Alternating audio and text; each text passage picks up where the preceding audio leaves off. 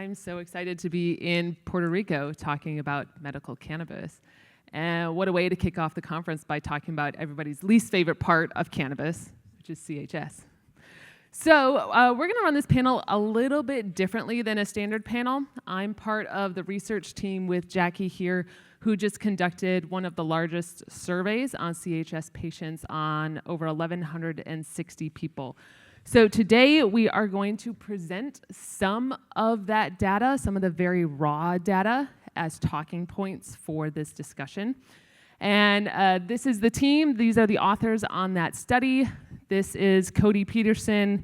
If you know him, this is his baby, but he can't be here because he just had a baby of his own at home. So with that being said, let's just go down the line. If you want to discuss or to briefly say where you see CHS in your practice and what kind of practice you have. Check. Yeah? Okay, great. Hi, everyone. So I'm Dustin Sulak. I have a private practice in Maine, and I come across probably 2 or 3 CHS cases per year in my practice, so not that many. But I also receive calls from colleagues frequently asking if this really is CHS and what should I do about it and how do I figure that out. So I field a handful of those each year, and I've been in practice for 15 years, so they add up over time. I also had the chance to publish with a colleague, Eloise Thiessen. Actually, it started out of a meeting at CanMed, probably back in 2014 or 15, I think, and we published a couple of case reports of atypical Cannabinoid Hyperemesis Syndrome, which I'll describe a bit during the panel.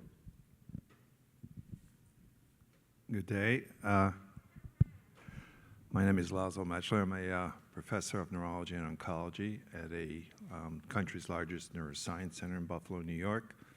I apologize if I'm red, because I'm not used to the sun living up in Buffalo.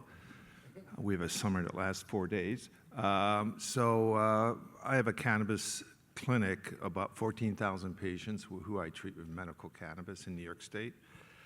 And I'm on this panel when, in fact, my population is a different population. It's medical cannabis patients who are seeking pain relief and relief from neurological disorders such as multiple sclerosis and Parkinson's disease and Huntington's disease. So I really don't see this disease. I know enough about it to be on this panel, I guess, to say that I don't see it, but I'll talk about it. Thank you. Hello, my name is Jacqueline Higgins. I am a nurse practitioner. In practice, I focus on men's health from a primary care and hormone perspective. I encounter a lot of men who are using cannabis, and I hold a master's in medical cannabis therapeutics. So I tend to just bring the endocannabinoid system and cannabinoids into practice every day, kind of your 15-minute office visit, what's happening with you kind of conversation. I just think the endocannabinoid system and cannabis really should just be part of everyday practice. We're doing a review of systems with your heart and your lungs and all that stuff. Like, your endocannabinoid system really needs to be part of that. In work, when I encounter somebody who is using or has a number of, I always screen for it. So I screen for cannabis use disorder. I also screen for CHS. So I screen for both. And there are times when I see younger men, under 40, who have had a number of GI complaints. And these are situations where I just start bringing up the topic in a very cautious and careful way that's respectful of their cannabis use and their relationship with cannabis as in the fashion that they're using it. I also actually use cannabis to find out what's really going on with their health, because what I find is a number of people are just treating themselves for things that maybe we should figure out a little deeper. So that's me. Hi, everyone. I'm Molly Taylor. I am a cannabis nurse podcaster. I go by Molly the Kush RN. The name of my podcast is Conversations with Kush. I also am a 25-year bedside nurse. I work in labor and delivery and now in the emergency department, which is where we see CHS fairly frequently, probably a couple of times a week. I work in a 45-bed bay community urban hospital, so we see it a couple of times a week. Okay, thank you. There we go. All right, Thank you, everybody. To help kind of guide the conversation for us, anybody here never heard of CHS or never seen it in real life? Okay, so everybody has some idea of it. This is just the TLDR version, that CHS is this syndrome that people can get that includes bouts of severe abdominal pain with cyclical nausea and vomiting, and that is often relieved with hot bathing and in the context of chronic and heavy cannabis use.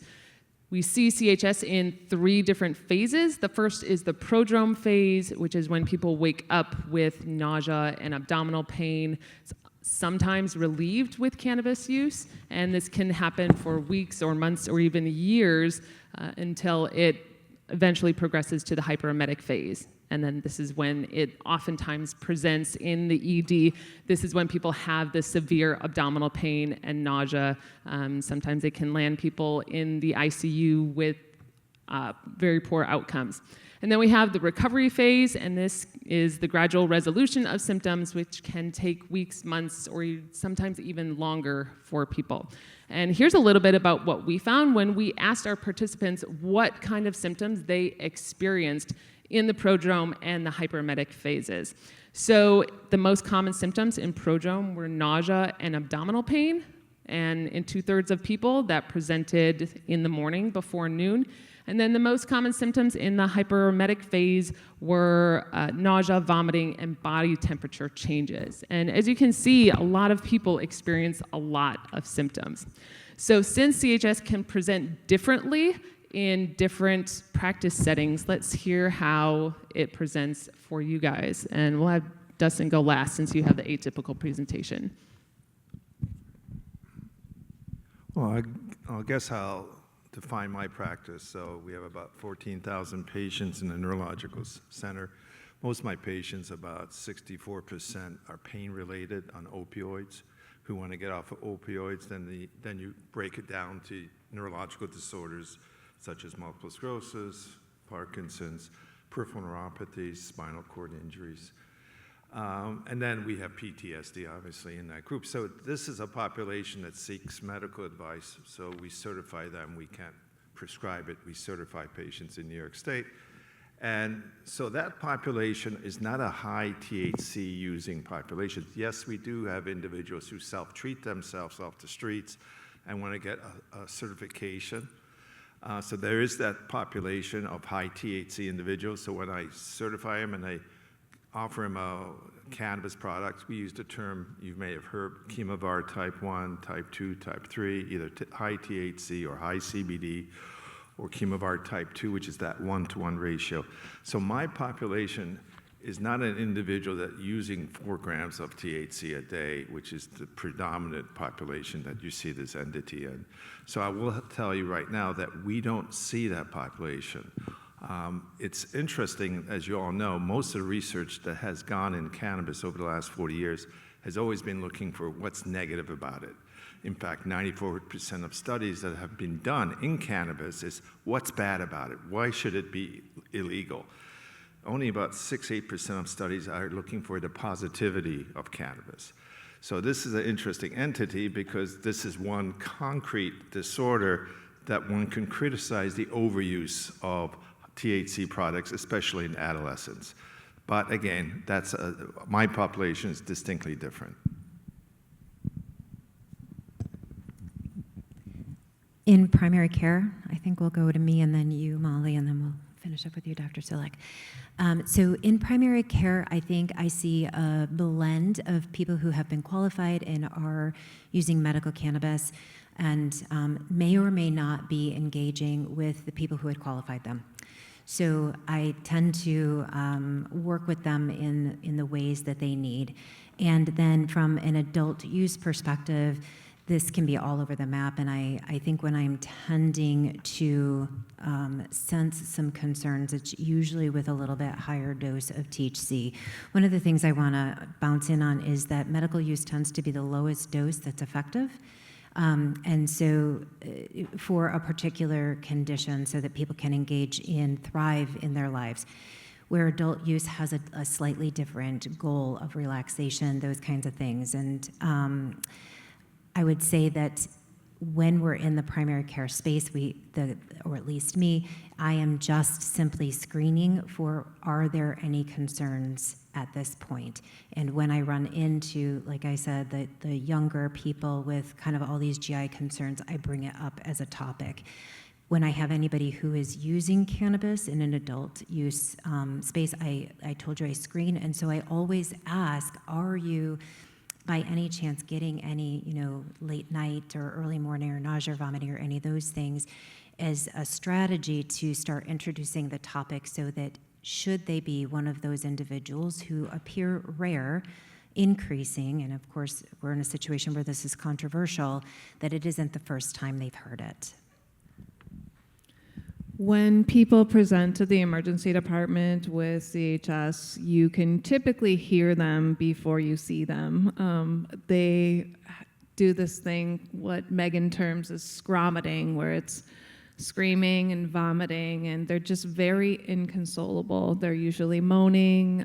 It's kind of hard to even elicit answers to your questions, to get a history of why they're there. And it's different from other abdominal pain that we see, in that the pain is just really intractable. Usually, some people will come in with, like an appy pain or pain from like diverticulitis, and those you can usually kind of talk to those people. People that come in with CHS are just very inconsolable, so that's how it presents for us.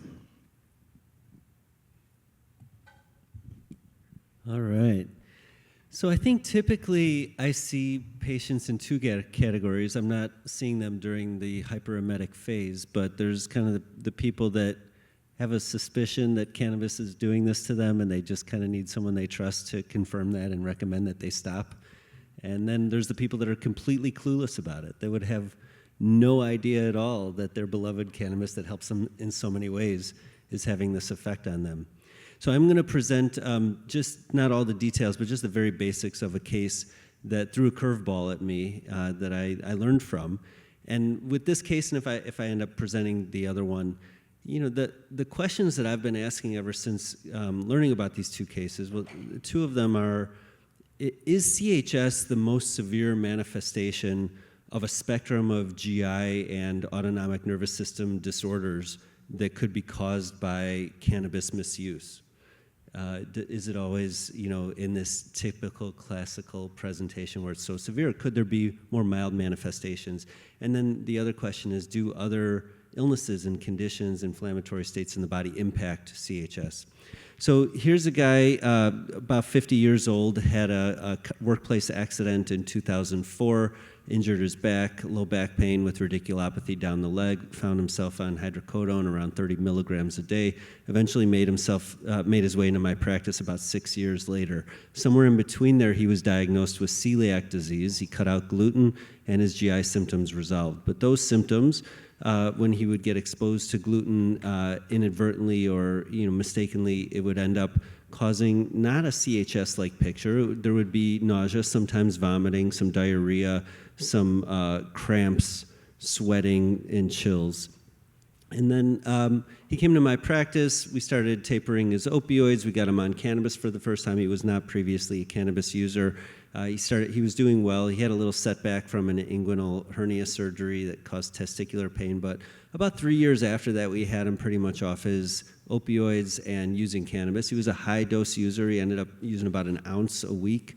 That was mostly inhaled. Later, he started using some homemade tincture, but still, about an ounce a week altogether.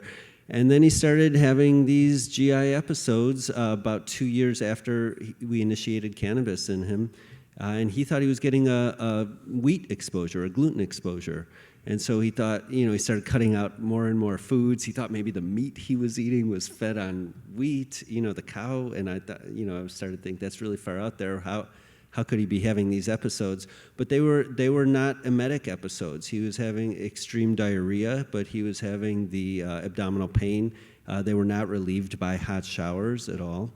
And I didn't really think CHS for a while until he had several of them. But eventually I had him go back to GI. He got scoped. Celiac was well under control. There was no evidence of it. And so then I had the thought that maybe this is something similar to CHS. We cut out his cannabis. His episodes stopped happening. He got better. About a month or so after he had not had any episodes, he tried out ACDC, which is a variety of cannabis with about 14% CBD, 1% THC. He tried smoking some of that. He got an episode right away. So, very low THC content still triggered the episode. So that's one of the cases, and depending on if there's time in the panel, I'll present another case that had a very similar presentation. Oh, the one other thing I wanted to say about the resolution of this case is that he was, should I do that now or save it for our resolution section? I'll leave it hanging. You're going to hear a little bit more about this case and how it resolved. All right, thank you. Okay, so also in our survey, of course, we asked what people are using. And here's what we found, that 99.7% of people were using a CB1 agonist. Most people were using delta-9 THC. There were some 1-to-1s, some delta-8 HHC, synthetic hemp market products. There were 3 people who reported using CBD as their dominant cannabinoid. And in terms of how often people were using, 95% were using 3 or more times a day. About half of that were using 6 or more times a day. The most common forms were smoking and vaping concentrates. Edibles and dabbing were also represented, but just to a much lesser degree. I think there was 1 suppository person and some oils as well. And with how long people were using, 65% were using for 3+ years and 35% were using for less than 3 years. And we had these broken up into more specific cohorts too. So let's talk about the use patterns as potential risk factors. Is this consistent with what you guys see with CHS in your practice and in your patients? Definitely the patients that we see in the emergency department are high or frequency users. So they're either dabbing concentrates, or they're a person that wakes up in the morning with maybe that bit of nausea that's relieved by smoking cannabis, and then they smoke all day. So I think that definitely fits in with what we're seeing. So I will say this. Yes, the higher doses is certainly what I am running into, I'm in Minnesota. So we have a very robust delta-8 area as well as more the THC focus. I see, so because I'm in primary care, I see a number of people who are self-diagnosing. They're not actually going to get a diagnosis for anything, and they're entering into kind of medically managing themselves for conditions that they're concerned about. And people are adults. They're capable of Googling and all those other things. And so it certainly isn't wrong. What I will say is that when they get advice lovingly, warmingly, with the most sincere and wonderful intentions, they're told that they need and require high-dose THC by everybody in the industry in order to get effect for whatever it is that they're trying to mitigate. And so I really think that it's there's these efforts to kindly help people. This is a very genuine group of people. We just need a little different conversation about making sure we're actually getting a diagnosis for somebody if it is truly medical, and making sure that we're working through all the other pieces. As you all know, Epidiolex is a predominantly an isolate of CBD that was studied in Dravet and Lennox-Gastaut, and recently tuberous sclerosis complex, epilepsy. And if you review the initial studies, there were no cases, real cases, of what we're dealing with today. So chemovar type 3, which is a CBD predominant, you just don't see it with this entity. It really is kind of interesting, and I commend the study. I think this is very interesting findings that delta-8 was on a list. CBD was 0.3%. You would have to kind of argue, was that a pure product or not? Really, it's hard to tell. But the take-home message here, I think, is that chemovar type 1, high TH doses, started at a young age, because this is not a disorder of 60-year-olds or 70-year-olds. this is disorder of adolescents who now are young adults who may be overusing THC. And there's multiple theories, which I think we might get into. But again, I think this data is very interesting. Well, let me ask you, have you published this yet? Or We're writing this up right now. Good. Can you put my name on it? Because you don't have enough publications, right? So, I don't think they all get CHS, but when your patient tells you that they have to roll a joint at night before bed and leave it on the bedside table so that they can smoke it first thing in the morning, that's a good warning sign. I do think that some people are predisposed to some type of a rapid onset of withdrawal from cannabis. I don't know if it's a genetic predisposition, but I've seen, I wonder, like, could this 8-hour period without smoking really be a withdrawal symptom, or is it actually that they're just treating the prodrome? And maybe, again, even though they might not develop the full-on hyperemetic symptoms, could this prodrome be a part of a spectrum of something else? I have never seen anyone develop it starting with a CBD-dominant product in agreement with the Epidiolex trials. My patients with CHS tend to be younger, but certainly not always, as this case demonstrated. And it can definitely occur in people that are using it with a very medically oriented goal, not necessarily just to get high. But I think a lot of you are familiar with my work emphasizing the reversal of cannabis tolerance, which is much easier to do compared to a lot of other medications, and certainly something that I've been talking about for the last 10 years. And I think that in patients that have found their unique optimal dose and have avoided the building of tolerance, the risk for CHS is very low. Okay, thank you. And we did ask people, is your use medical or recreational or both? And it was split about 50-50. That most people are using it to manage something. Anxiety was the top thing that people were managing. But one thing we didn't ask that I wish we would have was, is your use supervised medical use? And I think that's what we see with the adolescents and the 20-year-olds that are using all day, every day for their anxiety or for their symptom, but not under the direction of somebody who knows something about cannabis. All right, moving on to the diagnosis piece. Diagnosing CHS is extremely difficult. We have very limited tools to help us diagnose this accurately. The Rome 4 criteria is one of the only tools that we have. Dr. Mechtler will speak to that a little bit. This one says that you technically can't diagnose CHS until you have been abstinent from cannabis for up to 6 months. But one of the key indicators is the hot baiting tool. And that's something that we asked is, does hot baiting help you? 77% of respondents said that it did help them. And 17% said that cold baiting helped with their symptoms. So that's just, sometimes a beacon used in the diagnosing. So let's talk about the challenge of accurately diagnosing CHS in the practices, your practices.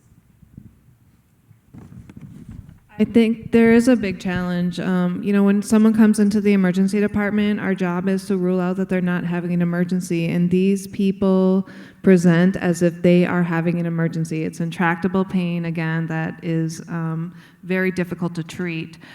So we end up doing a lot of these big workups, right? And I think this is where I know that the surveyors are hope to have a goal of making a tool that they can develop for providers where we can maybe mitigate these big workups that we're doing on people where we're sending them to MRIs and the next time they come in maybe we don't have to go that far with it. But yeah, there's a definite challenge, and we're also seeing the use, well, we're not going to talk too much about treatment, but just some off-label uses of drugs that you wouldn't typically think that someone with CHS would get, but they work, so. I will make a comment that the first case ever published on this entity was in Australia, in Adelaide, in a journal called Gut. It was by Allen. And it was an interesting review, and that was the first indication that there is such an entity, because in that part of South Australia, they do have rather liberal rulings on the use of cannabis. So that was the first article, Gut. this Rome 4 criteria was developed by the gastroenterology societies. And they kind of left out the pathologic bathing behavior, which is very distinct in Allen's first article, if you look at it in Gut 2004.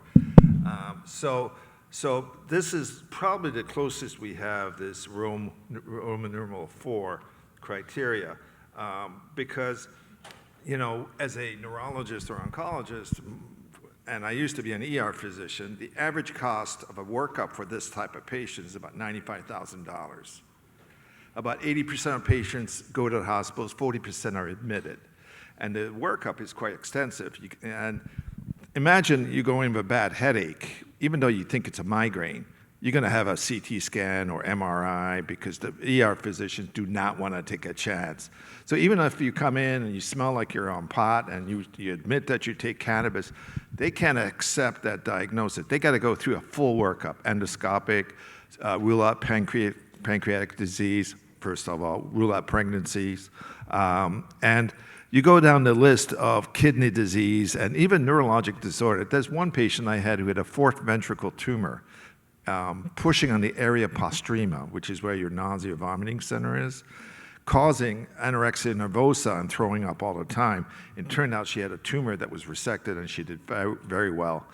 She was down to 72 pounds when I saw her. So there is variations. We call those secondary causes. The most common would be CVS, cyclical vomiting syndrome. Kind of in the past, we used to call that abdominal migraine. These are children. Younger age group, no cannabis use. So by history, you could differentiate CVS from what we talked about right now, Cannabis Hyperemesis Syndrome. But that's the classic comparison, CVS versus cannabis-related. But a good history and a younger age, and the fact that in CVS you have cycles of vomiting, but in between those vomiting you're fine. You really have no symptoms. Imagine a migraine when you have 2 or 3 a month.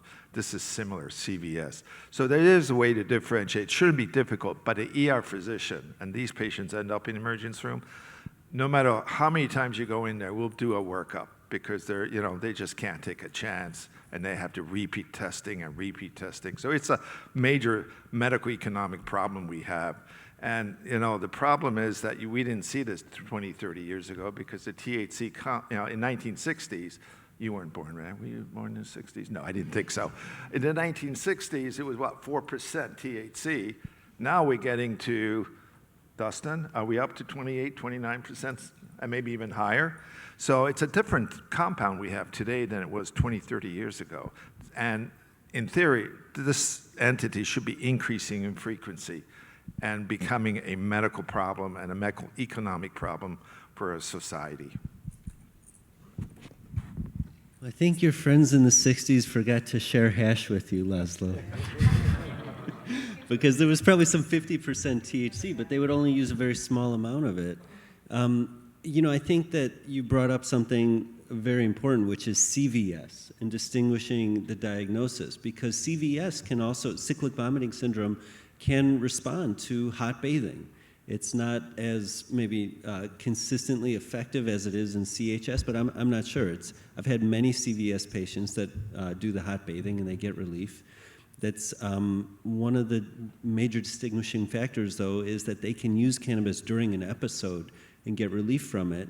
And I've never heard of anyone with CHS being able to use cannabis to relieve the symptoms of the hyperemetic episode. So a lot of CVS patients, though, are discriminated against, especially if they're cannabis users. I have a patient who's an adult, but she's had this since she was a child, and she's quite well managed on cannabis, but a couple times a year, the symptoms get away from her. She has to go to the ER and hopefully get some fluid resuscitation there, and it's difficult for her. She feels discriminated against. They tell her to stop smoking the pot and that, should be okay. And that's definitely not the case for her. So diagnostics, I think that's, the diagnostic challenge is solved by the therapeutic relationship, in my experience, which is really having a connection with someone that allows them to believe you enough to take a couple months off cannabis, which can be a very big deal for some people. But that's really the way to prove that this is or is not CHS, is to have a period of abstinence, potentially followed by a period of challenging with the resumption of using cannabis and seeing if the episodes come back.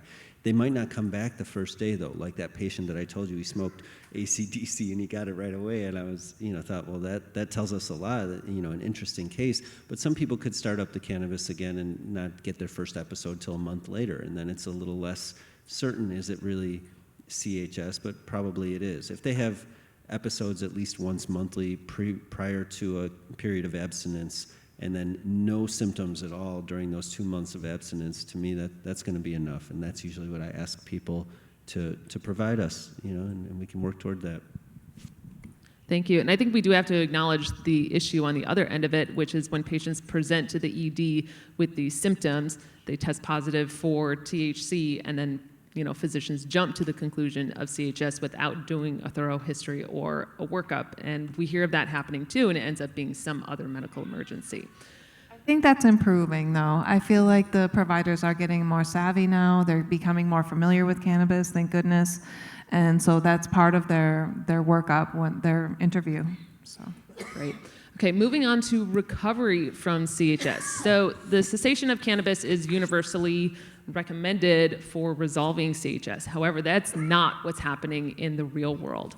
What we found was only 39% of CHS patients are quitting entirely, and the rest are continuing to use to some degree. Either they cut down their use, or they temporarily stopped and started again, or they actually increased their use because they found that it helped a little bit in the interim.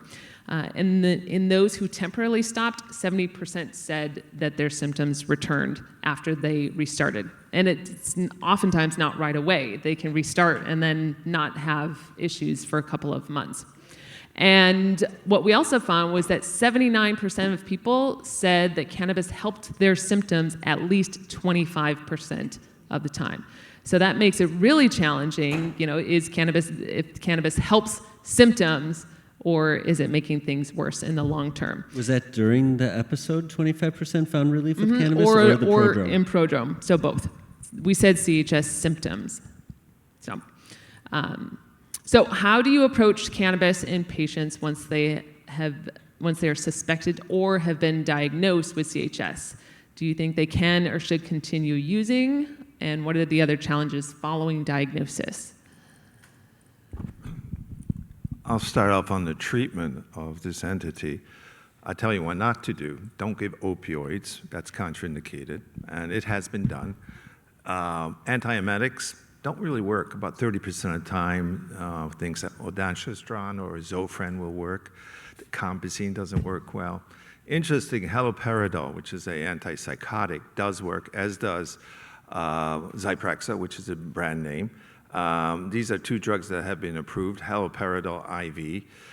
In addition, interestingly, capsaicin topical on the abdomen, 0.1%, seems to have efficacy, presumably through a TRPV1 receptor, which is the heat regulation receptor in the brain. So that has been approved. Benzodiazepines have also been improved, but obviously there's addiction potential, but in an acute stage it may be helpful. Then obviously cessation of the offending drug, and then obviously heat. So hot showers works for the majority of patients, not everyone, but the majority. I'm just going to bounce in here because I love that you talked about essentially acute management versus chronic management, which are two very distinct things. And then the other piece that we have, or at least that I run into, is the patient's goals with use. So if a person is using this to manage a symptom and you introduce the option of an alternative, whether it's a pharmaceutical or other treatment, I have actually found resistance because many people have leaned on cannabis because they're sick of pharmaceuticals. They don't want another pill. There's those kinds of things taking place. So thanks for covering that. I think your point is well taken. the one thing about this, these individuals are very sick. So these are, most patients end up in the hospital and stay in the hospital several days. So you can imagine how sick these individuals are. But statistically, I think you'll get there. Most of the individuals do not want to come off their cannabis, and in fact, they go back on it and have, similar to your patient, have another attack. So I think there is a room for psychotherapy, behavioral therapy, modification, addiction specialists, because by that time, if you go back to something that provokes this again, you have to think that the individual may be uneducated or have emotional or psychological issues that need to be addressed long term, so they don't go back to it. And I'll just follow that up with, I think you're really onto something here. I've, for a long time, promoted the idea that greater self-awareness leads to more responsible and healthy use of cannabis. And there's even some research looking at measures of self-efficacy. On the other side of this, some measures of the capacity for savoring. And when these things are higher, they're negatively correlated with problematic cannabis use. So how did someone get themselves into this situation in the first place, where they were overusing cannabis so much, leaning on it so heavily, instead of maybe attending to the underlying problems in a different way? Well, I'll go back to the case that I presented earlier. So he ended up becoming more in touch with himself and being able to recognize the prodrome. So he resumed using cannabis after about 3 months being off it, very, very cautiously, 1 hit, 2 hits at a time of inhaled cannabis, maybe just a very small amount of his tincture, and it was enough to help with his pain, so just a fraction of his current dose. And then if he would observe himself getting the prodromal symptom in the morning, for him it was a racing heart and feeling sweaty was like the most obvious one for him. If he had a morning like that, he would stop cannabis for about a week, 5 to 7 days, and then he'd be able to resume it at a low dose again. And I've known a lot of patients, I don't have that many cases, but this is something that people can do. If they become aware of the warning signs that a hyperemetic phase is coming, they can halt the cannabis use before it comes, and again, just kind of recalibrate their relationship with this plant. One other thing I'll say about this case that I presented is that about 2 years into having it really down, where he had no hyperemetic phases, he was using cannabis most of the time, he'd take these little breaks when he needed to. He traveled to Jamaica. He ended up contracting the chikungunya virus, if I said that correctly. After that, the slightest bit of cannabis would put him into an episode immediately. It resensitized him to it. And he was like that for a good 6 months, maybe even 9 months while he was recovering, and then gradually his sensitivity to cannabis diminished. So it seemed like this other illness that probably created some kind of imbalance in his system. Was it the ECS? Was it the autonomic nervous system? Was it just higher levels of inflammation in the body? I'm not sure. But that did resensitize him, and it's something to consider in other cases, that once they're in so-called remission and able to use cannabis in a way that's balanced, that might be a bit of a moving target depending on what else is going on with their body. I want to jump in on that, because you essentially were grabbing him in the prodromal phase, and he got that awareness. If we identify, I'm just curious in your opinion, if we identify people earlier in primary care or wherever in the prodromal phase, do you think we can preserve cannabis as an ongoing treatment long term? I think that we probably could, but a lot of people need to have this very severe manifestation to be able to listen to us and actually take a break from it. And it's a lesson that does teach itself eventually. But plus, I'm not sure, like I mentioned, these people, whether it's a rapid onset of withdrawal or just something else, some kind of ANS dysautonomia or something that shows up in the morning if they've built tolerance to cannabis, I think it's not severe enough to make people change their ways. That's what I've seen. Not only is there the challenge of being stigmatized when they come in for treatment, but then when they go home, or when we tell them you now have to abstain from the medicine that gives you joy or treats your pain or allows you to sleep at night, you can't use it anymore. That's a huge barrier for people, right? How many of you sitting in this audience today want to be told, hey, guess what? You can't use cannabis anymore.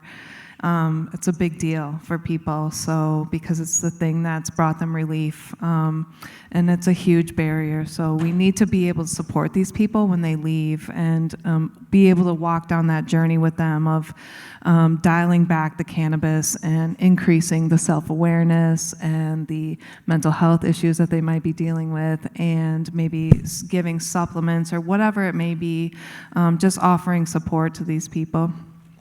I will say that this disorder in emergency room can be associated with fatalities.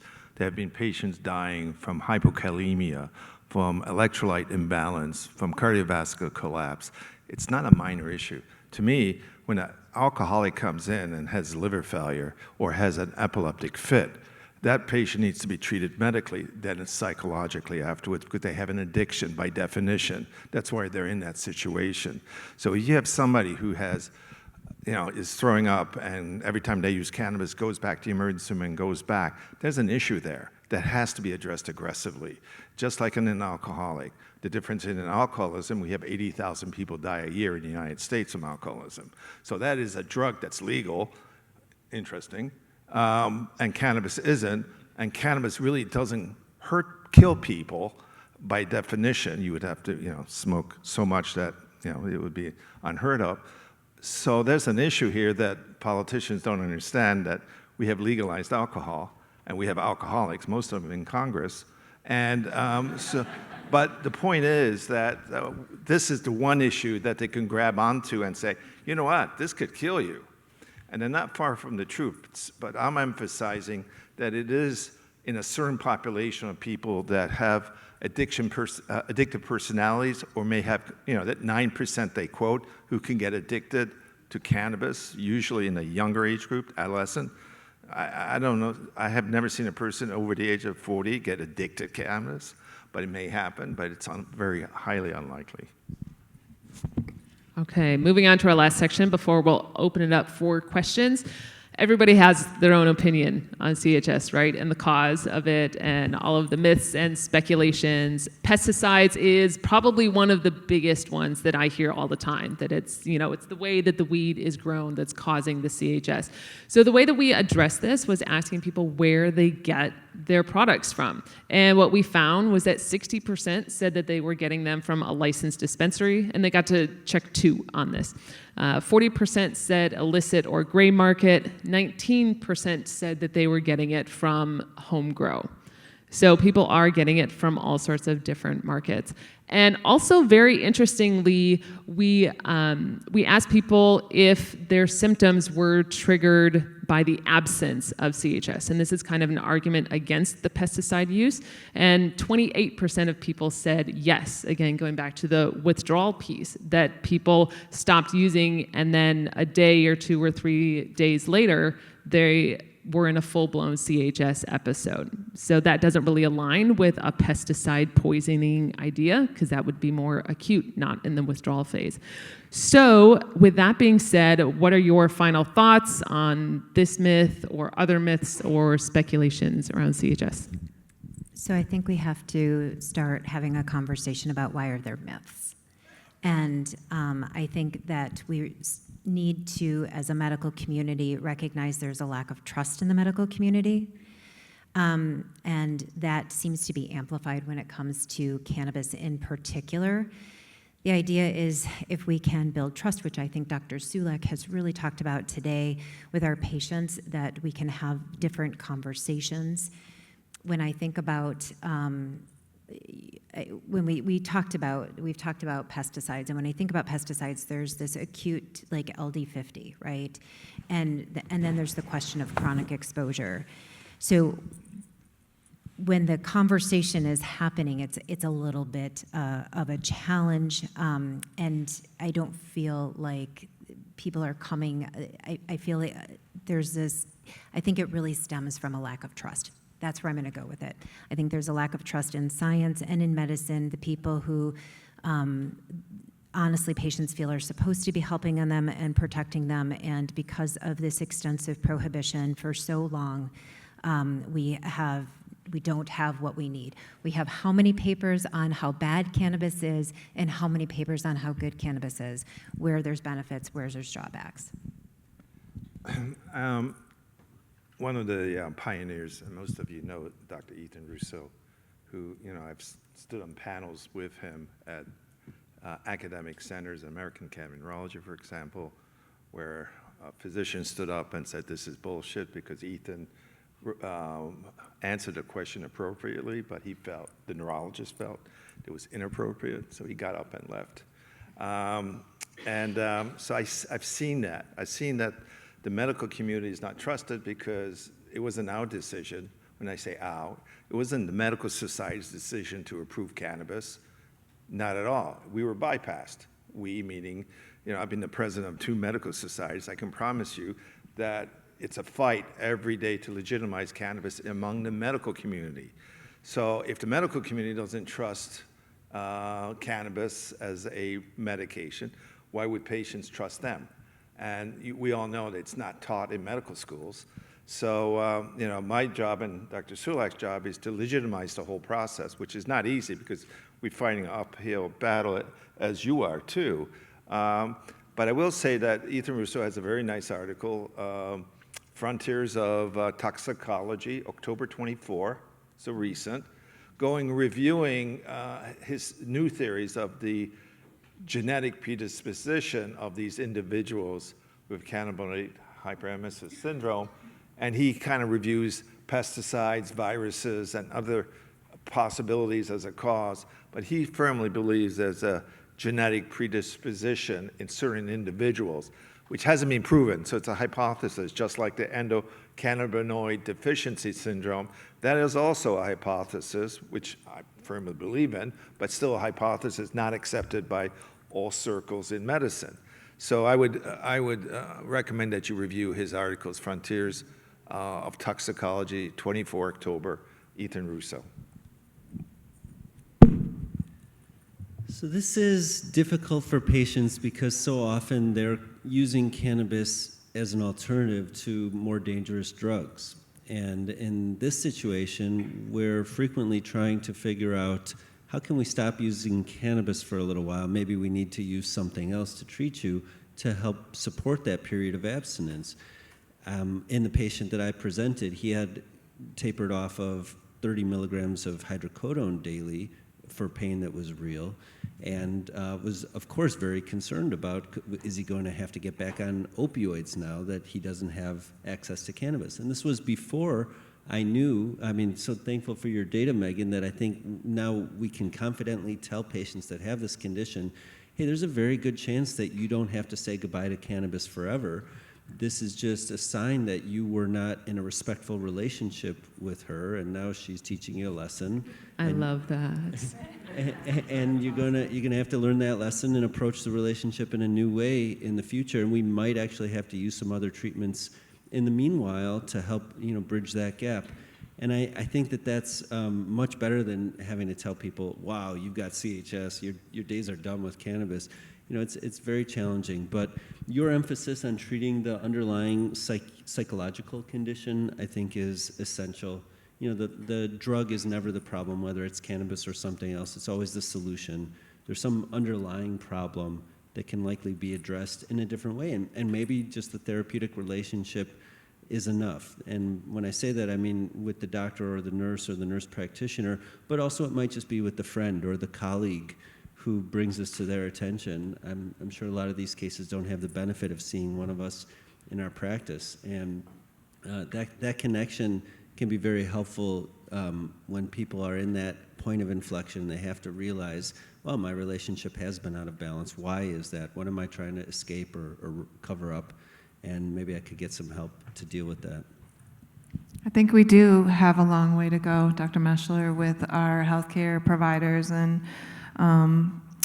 so we have to just start even breaking down stigmas within the healthcare community. I mean, all of us sitting here, we know the benefits of cannabis. I think we're all pro-cannabis, hopefully, and but there's a lot of people out there, different parts of the country, that still carry these stigmas. And so I think one of the things takeaway is that when you're a bedside clinician, doing a really good discharge process and maybe just planting a seed, no pun intended, but just planting a seed and saying, hey, you know, when you wake up in the morning and you feel nauseated, I want you to cue into those things, you know, kind of walking them down that path and just allowing them to have some self-discovery. And I know Megan is going to talk about some of the other places of support for these types of folks, but just at that discharge place. So one, not stigmatizing them when they come in, and then two, planting that seed for them for when they go home, for where they can do some further investigation and really dive into like getting to the root of the CHS problem. Thank you. Yeah, the online Facebook communities are where tens of thousands of people come with these symptoms, and that's where they're getting like real-time support. So that's an interesting phenomenon in CHS.